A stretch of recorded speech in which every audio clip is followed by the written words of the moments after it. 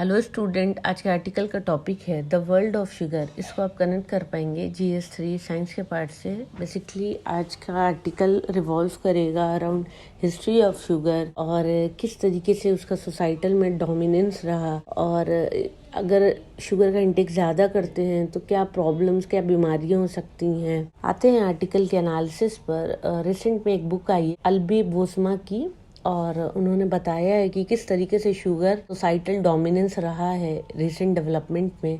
जब हम बात करते हैं ग्रैनुलेटेड शुगर की, वो स्टार्ट हुई है इंडिया में 6th सेंचुरी से लोगों ने इसका कंजम्पशन स्टार्ट किया है। अगर हम बात करें, डॉक्टर KT अचाया अपनी बुक में कहते हैं Indian food historical champion, point out करते हैं शुगर केन को, और उन्होंने कहा अगर बात आती है शुगर की, Atharva Veda around 900 BC and rock sugar, गुड़ जिसे कहते हैं, सिंस 800 BC में इंडिया में के बारे में लोग जानते थे। लेकिन अगर ग्रैन्युलेटेड शुगर की बात करें तो इसका यूसेज 6th सेंचुरी से हुआ है, और रिफाइंड शुगर यूरोप में वाइडली यूज किया गया है only in 19th century. Author ये भी पॉइंट आउट करते हैं शुगर का सोसाइटल डोमिनेंस क्या रहा है, इसकी स्टोरी ऑफ प्रोग्रेस क्या रही है, और इसके पीछे जो इसका बिटर स्वीट ट्रूथ है वो क्या है। एक्सप्लॉयटेशन किस तरह से लोगों का हुआ, स्लेव्स का, और रेसिज्म, ओबेसिटी अगर इसको ज़्यादा कंज्यूम करते हैं, और इससे होने वाले इन्वायरमेंटल डिस्ट्रक्शन। आर्टिकल में ये बताया गया है कि हिस्ट्री ऑफ शुगर, और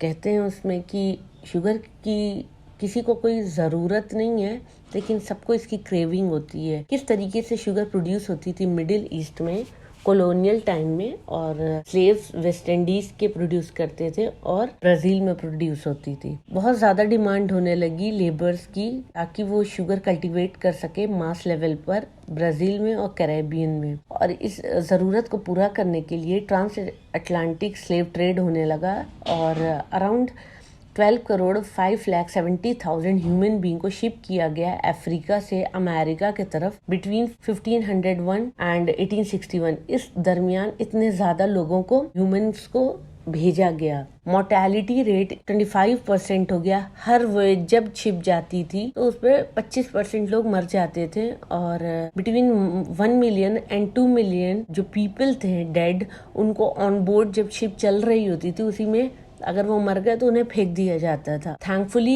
ये स्लेव ट्रेड खत्म हो गया, इसको एबॉलिश कर दिया गया। ब्राजील और इंडिया टॉप प्रोड्यूसर हैं शुगर के, और अभी वर्ल्ड में नियरली 30% ग्लोबल शुगर जो यूज हो रही है वो शुगर बीट की है। इंडिया में सबको पता है sugar cane, coarse and crystal sugar क्या होती है। हम इंडियंस जैगरी भी यूज करते हैं, जिसे हिंदी में गुड़ कहते हैं, और ऐसा सोचते हैं, लोगों का मानना है कि ये अच्छी होती है हेल्थ के लिए। आज के लोग पूछते हैं, ये सवाल करते हैं, क्या जो फ्रेश जूस वेंडर वाले बेच रहे हैं शुगर केन जूस, उसे पीना हेल्दी है कंपेयर टू जो क्रिस्टल शुगर पैक्ड बैग में मिल रही है। तो आंसर ऑफ कोर्स यस है, क्योंकि शुगर केन जूस में एंटीऑक्सीडेंट मिनरल्स होते हैं, और जबकि अगर क्रिस्टल शुगर की बात करें तो जब शुगर का रिफाइनमेंट होता है तो ये सारी चीजें खत्म हो जाती हैं उसमें से। शुगर केन जूस या जैगरी हेल्दियर है अगर शुगर का दूसरा फॉर्म देखें, क्योंकि इसमें एंटीऑक्सीडेंट, विटामिन्स, मिनरल्स सारे ही कुछ होते हैं। लेकिन वहीं पे बात ये भी आ जाती है कि इसे कॉशियसली यूज करना है, क्योंकि बहुत ज्यादा अगर शुगर का इंटेक करते हैं तो वह हेल्थ के लिए अच्छा नहीं है। शुगर से होने वाली बीमारियों में सबको पता है डायबिटीज है, और अगर एक्सेस शुगर इंटेक करते हैं तो इंसुलिन जो है वो ब्लड स्ट्रीम में ट्रिगर करती है, इससे विजन लॉस भी हो सकता है, हार्ट या किडनी के डिजीजेस भी हो सकते हैं।